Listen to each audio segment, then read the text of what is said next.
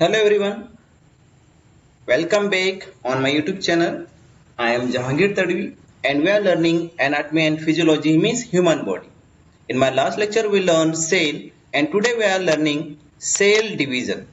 Okay, it means ki koshika vibhajan. Cell division is a process by which cells produce themselves. मतलब कि cell अपने आप से another sales का production करते हैं तो उसको बोलते हैं अपन cell division. There are basic two types of the cell division. Cell division के दो टाइप होते हैं. One is the somatic cell division and another one is the reproductive cell division. Okay, reproductive cell division it means की formation of the sperm and ova. ठीक है, means sperm and ओवा जिसको बोलते हैं शुक्राणु और बोलते हैं अंडाणु. इन सेल्स के डिवीजन के अलावा इनको छोड़कर अपनी बॉडी के अंदर जिस किसी भी सेल कोशिकाओं का विभाजन होता है, सेल डिवीजन होता है, तो that comes under the somatic cell division. ठीक है, सोमैटिक सेल डिवीजन क्या है? Means the cell division except the reproductive cells division. ठीक है, तो आज अपन मेरे लेक्चर्स में अपन पढ़ रहे हैं सोमैटिक सेल डिवीजन. तो let's learn the somatic cell division. Somatic cell division, okay, there are the basic two divisions in somatic cell division. First one is the mitosis and next one is the cytokinesis. The meaning of mitosis means nuclear division and cytokinesis means cytoplasmic division. हमने कोशिका के अंदर जब पढ़ा तो हमने देखा कि कोशिका के अंदर साइटोप्लाज्म भी होता है और कोशिका के अंदर न्यूक्लियस भी होता है. तो क्या होता है जब सेल डिवीजन होता है तो सबसे पहले न्यूक्लियर डिवीजन होता है जिसको बोलते हैं माइटोसिस होता है, बाद में होता है साइटोकाइनेसिस. ठीक है, इसको अपन वन बाय वन अपन पढ़ते हैं. ठीक है, माइटोसिस और जब साइटोकाइनेसिस जब दोनों प्रोसेस होती है तब उस कोशिका से आइडेंटिकल सेल्स का फॉर्मेशन होता है. तो चलिए अपन पढ़ते हैं. दो अलग अलग स्टेजेस हैं, माइटोसिस एंड साइटोकाइनेसिस. ओके, और ये जो माइटोसिस और साइटोकाइनेसिस है इनके मीनिंग याद रखना जरूरी है क्योंकि कॉम्पिटिटिव एग्जाम्स में ये पूछ लिया जाता है. ठीक है, अब क्या होता है कि जब भी सेल डिवीजन होता है मींस एक सेल से दो सेल्स का फॉर्मेशन जब भी होता है तो वहां पर एक कंडीशन होती है कि जो भी सेल ऑर्गेनेल्स हैं, ठीक है, जैसे हमने देखा कि सेल ऑर्गेनेल्स जैसे माइटोकॉन्ड्रिया, राइबोसोम, गोल्जी बॉडी, इनका एज वेल एज न्यूक्लियस के अंदर होते हैं, क्रोमोसोम्स होते हैं, इन सब का रेप्लिकेशन होना, डुप्लीकेट होना कंपलसरी है. ठीक है, तो देखते हैं अपन जो सेल डिवीजन का जो फर्स्ट पार्ट है जिसको अपन बोलते हैं माइटोसिस. ठीक है, उसके अंदर अपन देखते हैं कि क्या होता है. There are basic two major periods. ठीक है, माइटोसिस के दो मेजर पीरियड्स होते हैं. तो उसमें first one is the interphase, next one is the mitotic phase. ठीक है, interphase means when cells are not dividing, cell divide नहीं होती है, बट माइटोटिक फेज के अंदर क्या होता है, सेल का डिवीजन होता है. ठीक है, अब देखिए सेल का डिवीजन नहीं हो रहा है इंटरफेज में, इन द सेंस क्या है कि सेल जो है तो अपने आप को प्रिपेयर कर रही है for the cell division. Interphase मतलब क्या, preparation of the cell division. And mitotic phase मतलब क्या है, कोशिका का विभाजन हो जाना. ठीक है, एक कोशिका से दो कोशिका का निर्माण होना. ठीक है, ये जो इंटरफेज और माइटोटिक फेज है इनको मैंने आगे की नेक्स्ट स्लाइड्स के अंदर अच्छे से डिटेल में पढ़ाया अपन ने, लेकिन अपन उसके लिए इस डायग्राम से थोड़ा सा अपन पहले समझ लेते हैं, देन अपन को और इजी होगा. ठीक है, देखिए ये जो है तो पूरा की पूरा क्या है, इंटरफेज है. ठीक है, इंटरफेज में आइडियली थ्री फेज होते हैं.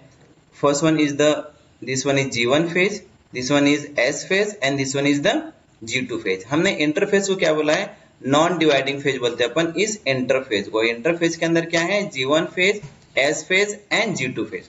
तो चलिए अपन एक एक को पढ़ते हैं. अब ये जो G1 फेज है, G1 phase is between the mitotic phase and S phase. मतलब जो G1 फेज है वो G1 फेज कहां पर है, इस माइटोटिक फेज और S फेज के बीच का ये फेज होता है. First thing.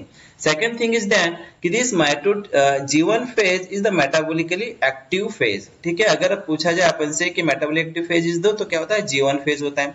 Ideally G1 phase, S phase, G2 phase and prophase, metaphase, anaphase, telophase जो माइटोटिक फेज के सब डिविजन है इन्हीं पर बेस्ट क्वेश्चंस होता है. ठीक है, आइडियली क्या होता है कि जो G1 फेज होता है उसमें क्या होता है कि जो सेल ऑर्गेनेल्स है और जो साइटोसोलिक कंपोनेंट है, मतलब जो सेल ऑर्गेनेल जैसे माइटोकॉन्ड्रिया, राइबोसोम, इनका और साइटोसोलिक जो कंपोनेंट होता है इनका डुप्लीकेशन होना स्टार्ट हो जाता है. ठीक है, एज वेल एज यहां से सेंट्रोसोम्स का भी डुप्लीकेशन मतलब रेप्लिकेशन बिगिन होता है, स्टार्ट होता है। ठीक है, तो याद रखना कि G1 फेज से सेंट्रोसोम्स का डुप्लीकेशन स्टार्ट होता है, क्योंकि सेंट्रोसोम ही सेल डिवीजन में हेल्प करता है।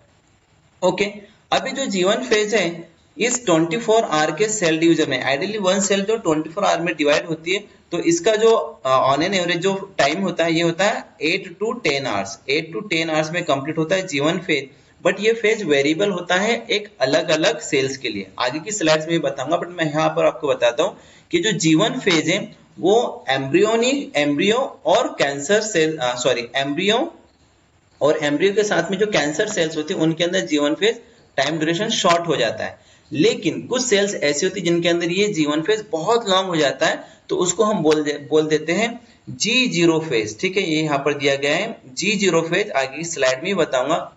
इसका G0 फेज का मीनिंग ये होता है कि इसमें सेल डिवीजन ही नहीं होता है। ठीक है, मीन्स सेल डिवीजन सीज हो जाता है। और एग्जाम्पल के लिए इसका जो इसका जो एग्जाम्पल है लाइक द नर्व सेल, मतलब न्यूरॉन क्या होता है G0 फेज के अंदर होती है। G1 फेज के बाद में है नेक्स्ट फेज है S1 फेज। S1 फेज को एस फॉर द सिंथेसिस के नाम से भी जाना जाता है, मतलब इसमें सेल ऑर्गेनेल सिंथेसिस होता है, इसके साथ डीएनए का रेप्लिकेशन होता है, लगभग 8 आवर तक होता है।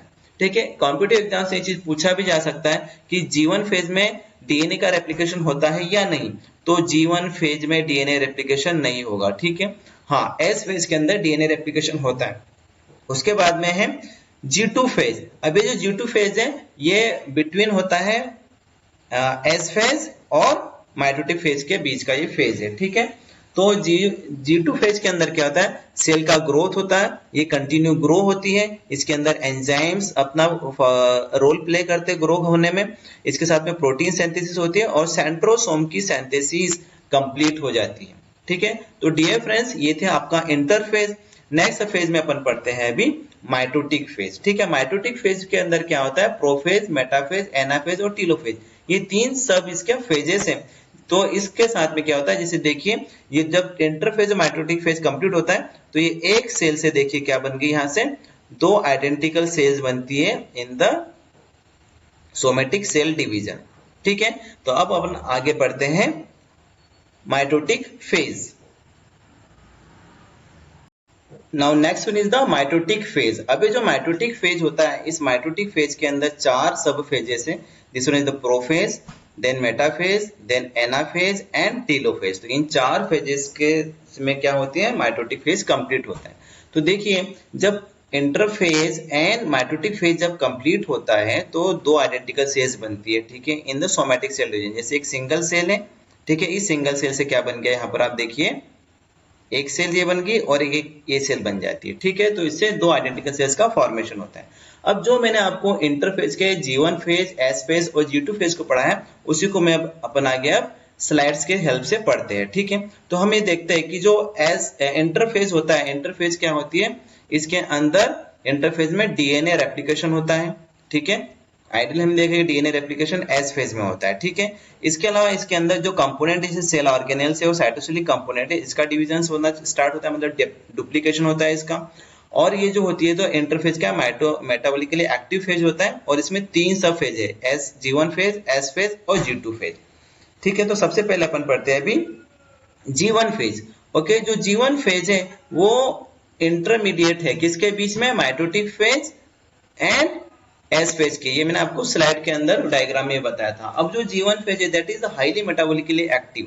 मेटाबॉलिकली एक्टिव जो सबसे बड़ा एक्टिव फेज है that is the G1 phase. इसके अंदर सेल ऑर्गेनेल्स का रेप्लिकेशन होता है, साइटोसिलिक कंपोनेंट का भी रेप्लिकेशन होता है, लेकिन G1 फेज में डीएनए का रेप्लिकेशन नहीं होता। ये याद रखिए, कॉम्पिटिटिव एग्जाम्स में पूछ सकता है। ठीक है, इसके साथ में G1 फेज में सेंट्रोसोम का जो रेप्लिकेशन है वो बिगिन होता है, स्टार्ट होता है, कंप्लीट नहीं होता सेंट्रोसोम का रेप्लिकेशन, ओनली स्टार्ट होता है। ठीक है, इसके साथ में अपन देखते हैं कि ये जो G1 फेज है आइडियली ये 8 आवर्स का होता है। ठीक है, out of 24 hours, cell division 24 hour में कंप्लीट होता है, इसमें लगभग 8 आवर्स का होता है। लेकिन G1 फेज बहुत वेरिएबल है। हम देखते हैं कि कुछ सेल्स है जैसे कि एम्ब्रियोनिक सेल है, जो एम्ब्रियो होता है, जो अनबॉर्न बेबी होता है उसको एम्ब्रियो बोलते हैं, और जो कैंसर सेल है इसके अंदर G1 फेज बहुत शॉर्ट होता है, बहुत जल्दी जल्दी हो जाता है। लेकिन कुछ सेल्स ऐसी हैं जिसके अंदर G1 फेज बहुत लॉन्ग हो जाता है। ठीक है, ऐसी सेल्स कौन सी होती है, जैसे कि नर्व सेल जिसको हम न्यूरॉन बोलते हैं। इट मीन्स कि ये अगेन डिवाइड ही नहीं होती, तो जब वो सेल डिवाइड ही नहीं होती है तो ऐसी सेल्स को बोला जाता है, उस फेज को बोलते हैं अपन G0 फेज। और जो सेल G0 फेज में होती है उसको बोलते हैं अपन नर्व सेल, मतलब कि न्यूरॉन किस में होती है, G0 फेज के अंदर होती है, मतलब फर्दर उसमें डिविजन नहीं होता है। ओके, नाउ G1 फेज के बाद में अपने पास में है that is the S phase. ठीक है, एस फेज को याद रखने के लिए बहुत अच्छा है, इसको बोलते हैं सिंथेसिस फेज ही बोलेंगे, क्योंकि S stand for the synthesis of DNA. तो क्या होता है, हमने देखा G1 फेज में डीएनए का सिंथेसिस नहीं होता है, लेकिन एस फेज के अंदर डीएनए और सेंट्रोसोम दोनों का डिवीजन होता है। ठीक है, अब हम देखते हैं कि एस फेज का जो टाइम ड्यूरेशन है वो लगभग 8 आवर्स का होता है, और ये कहाँ पे होता है, between the G1 phase and G2 phase के बीच का ये फेज है। ठीक है, अब जो एस फेज होता है इसके बीच में डीएनए रेप्लिकेशन होता है। ठीक है, डीएनए रेप्लिकेशन होता है इसलिए भी होता है क्योंकि यहाँ जो भी दो आइडेंटिकल सेल्स बन रही है उसके अंदर इक्वल जेनेटिक मटेरियल का ट्रांसफर हो सके। ठीक है, after the S phase there is the G2 phase. ठीक है, अभी जो G2 फेज है ये इंटरवल होता है in between the S phase and mitotic phase के बीच का ये इंटरवल है। ठीक है, अब इसका जो टाइम ड्यूरेशन है G2 फेज का 4 to 6 आवर होता है। ठीक है, इसके साथ में हम देखते हैं कि जो G2 फेज है उस G2 फेज के अंदर सेल कंटिन्यू ग्रो करती है, इसमें एंजाइम सिंथेसिस होता है, प्रोटीन सिंथेसिस होता है। ठीक है, और इसलिए सिंथेसिस होता है ताकि सेल डिवीजन में ये इजीली सेल डिवीजन हो सके। और यहाँ पर जो होता है तो सेंट्रोसोम का रेप्लिकेशन मतलब के कंप्लीट होता है।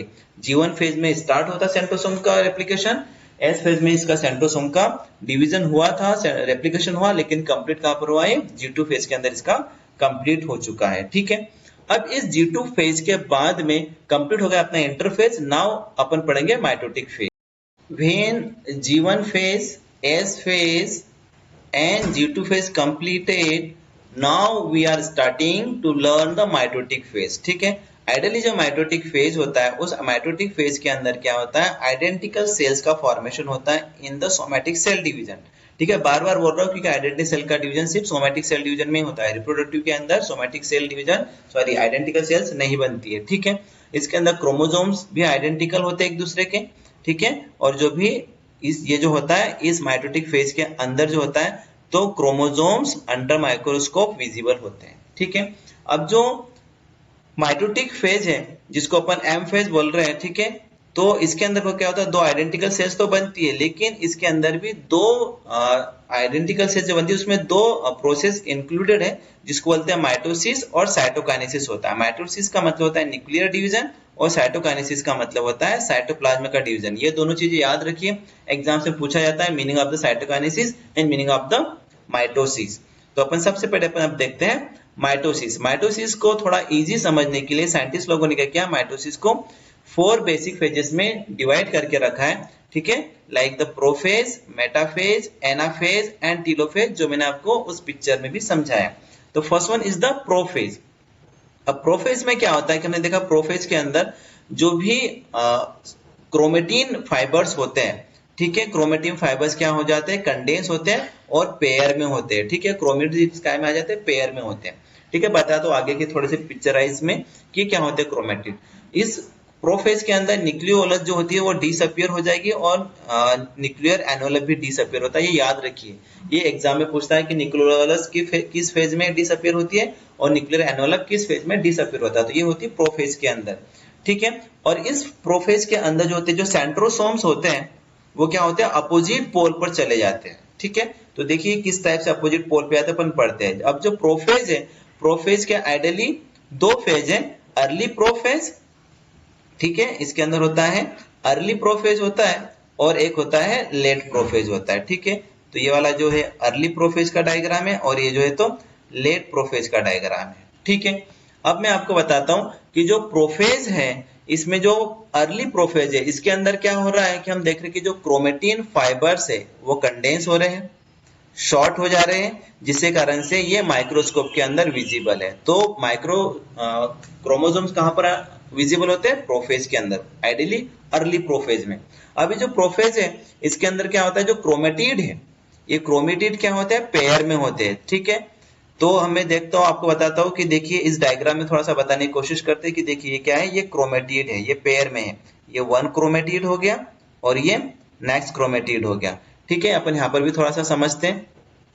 जैसे क्या होता है, this one is the another chromatid और ये हो गया दूसरा क्रोमेटिड। तो क्या हो गया, ये क्रोमेटिड किस में आ गए, पेयर में हो गए। अब ये होता है सेंट्रोमियर। सेंट्रोमियर का मतलब होता है कि ऐसा प्लेस जहां से जिसने क्रोमेटिड को होल्ड करके रखा है। तो देखो ये सेंट्रोमियर यहाँ पे बीच में जो होता है ये पॉइंट है, इसको क्या बोलेंगे अपन, सेंट्रोमियर बोलेंगे। अगर इस डायग्राम में समझा मैं आप लोगों को, तो इस पॉइंट को बोलेंगे अपन सेंट्रोमियर, ठीक है, जिसने क्रोमेटिड्स को होल्ड करके रखा है।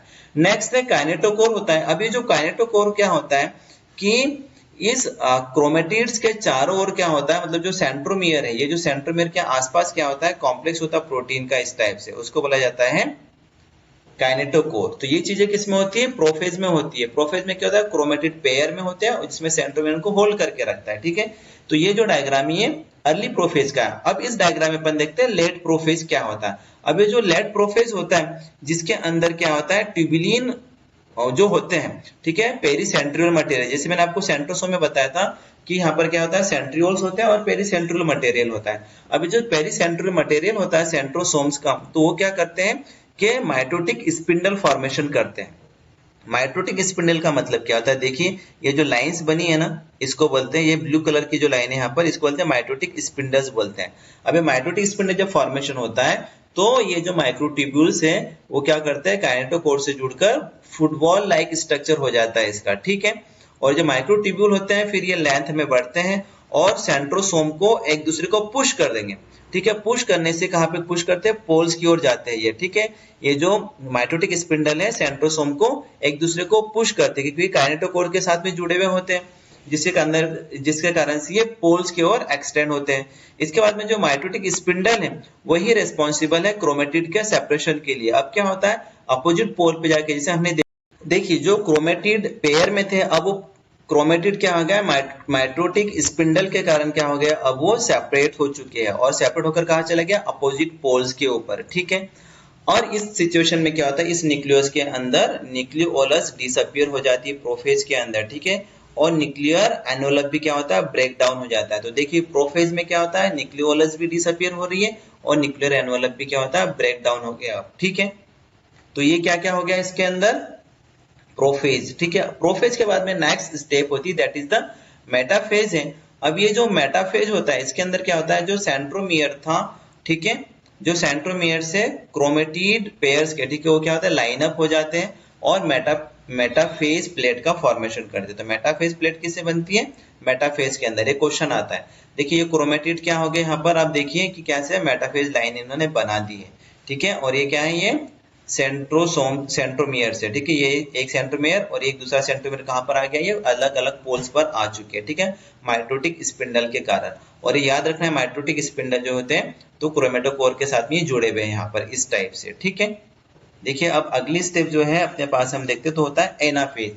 इस एनाफेज में क्या हो रहा है, तो देखिए इस एनाफेज में भी अर्ली एनाफेज होता है और लेट एनाफेज होता है। तो क्या होता है इसके अंदर कि जो सेंट्रोमियर है वो क्या क्या स्प्लिट हो जाते हैं, मतलब टूट जाता है, सेंट्रोमियर एक दूसरे से टूट जाएगा। तो टूट जाने के कारण क्या होता है, आइडेंटिकल क्रोमोसोम्स बनते हैं। आइडियली जब सेंट्रोमियर टूटते हैं ना तो उन जो सिंगल सेंट्रोमियर को क्या बोलेंगे अपन, क्रोमोसोम बोलते हैं और वो अपोजिट पोल की ओर मूव करने लगता है, ठीक है। जैसे ही क्योंकि क्रोमेटिड टूटता है तो उसको हमने क्रोमोसोम बोल दिया है। अभी जो क्रोमोसोम क्या होते हैं, ये पुल होते हैं, मतलब खिंचाते हैं माइक्रोट्यूबुल के कारण। ये माइटोटिक स्पिंडल जो है उसको खींचते हैं, कहां पर,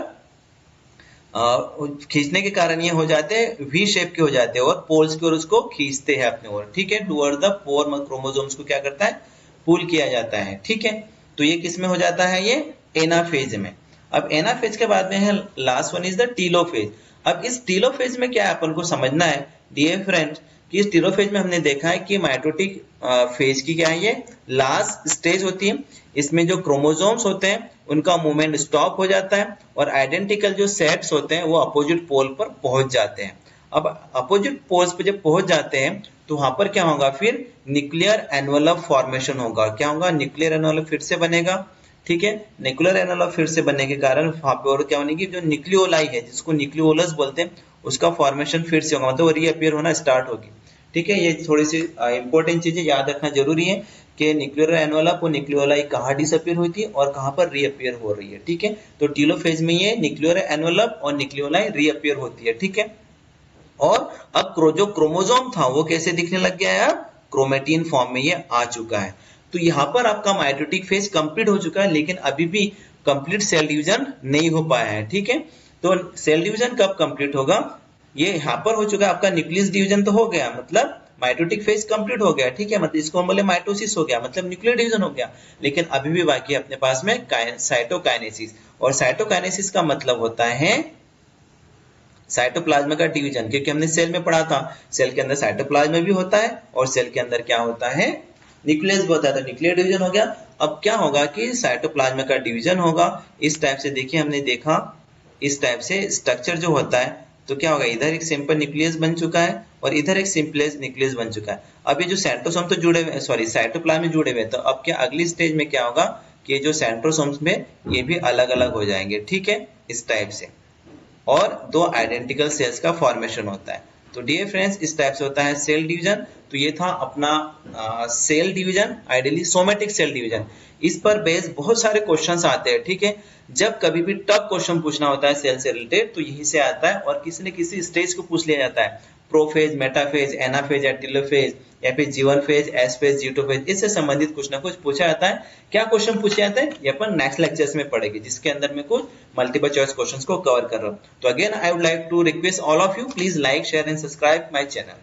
थैंक यू।